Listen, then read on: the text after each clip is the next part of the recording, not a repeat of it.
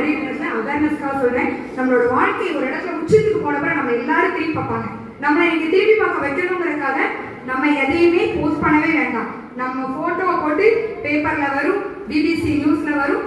நல்ல விஷயங்களுக்காக வியூஸ் நிறைய நமக்கு கிடைப்பாங்க. நீங்க இன்ஸ்டா வச்சிருந்தீங்கன்னா பிளவுஸ் போடுறீங்கன்னா ஆரி போடுறீங்க அப்படின்னா போடலாம். இல்ல நீங்க ஏதோ புதிய கண்டுபிடிப்புகள் போடுறீங்க அப்படின்னா போடலாம். உங்களுக்காக ரிவார்ட்ஸ் தேடி வரும். நீங்க என்ன சக்சஸ் அச்சீவ் பண்றீங்களோ உங்களுடைய திறமையை மட்டும்தான் அதுல பதிவிடணும்.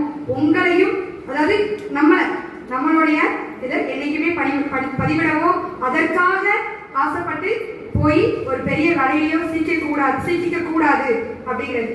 அது மாதிரி ஏதாவது ஒரு சின்ன நிறைய பேசுறேன் நினைக்கிறேன். இந்த ஒரே ஒரு கருத்தோட முடிச்சுக்கிறேன். நமக்கு வந்து என்னைக்குமே வந்து சொல்லுவாங்கல்ல, விழுந்துட்டா யார் நம்மளை பாக்குறான்னு தூக்கி விடுறாங்கன்னா பார்க்க கூடாது, யாரும் பாக்குறதுக்கு முன்னாடி எந்திரிக்கணும் அப்படின்னு சொல்லி பிரபல பேச்சாளர் சொல்லியிருக்காரு. இந்த மாதிரி நம்ம தோசை மாதிரி திருப்பி போட்டு காஞ்சி பிச்சு போகாம இட்லி சட்டியில ஊத்துற மாவு மாதிரி கும்முன்னு எந்திரிச்சு புஷ்ஷுன்னு இருக்கணும். சரியா?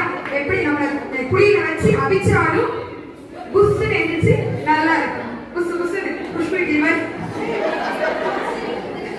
நல்லா இருக்கணும் அப்படின்னு சொல்லிட்டு எனக்கு இந்த வாய்ப்பு கொடுத்ததற்கும் இந்த வாய்மொழி கேட்டதற்கும் இதுவரை ஏதோ சின்ன கருத்துக்கள் உங்களுக்காக சொல்லியிருக்கேன். இந்த கருத்துக்களை செவிமடுத்த வரைக்கும் இந்த ஆர்கனைஸ் கமிட்டியில் இருக்கக்கூடிய மாணவிகளுக்கும் ஆர்கனைசருக்கும் இந்த வாய்ப்பை நல்கிய இந்த நர்சிங் கல்லூரி நிர்வாகத்திற்கும் நம்மளுடைய சேர்மன் அவர்களுக்கும் அவங்களோட வந்திருக்கக்கூடிய முதல்வர் துணை முதல்வர் அத்துணை பேருக்கும் நன்றி கூறி விடைபெறுகிறேன். வாழ்நாள் விட்டுக்கொடு என்று கூறிக்கொண்டு எனக்கு நன்றி வணக்கம்.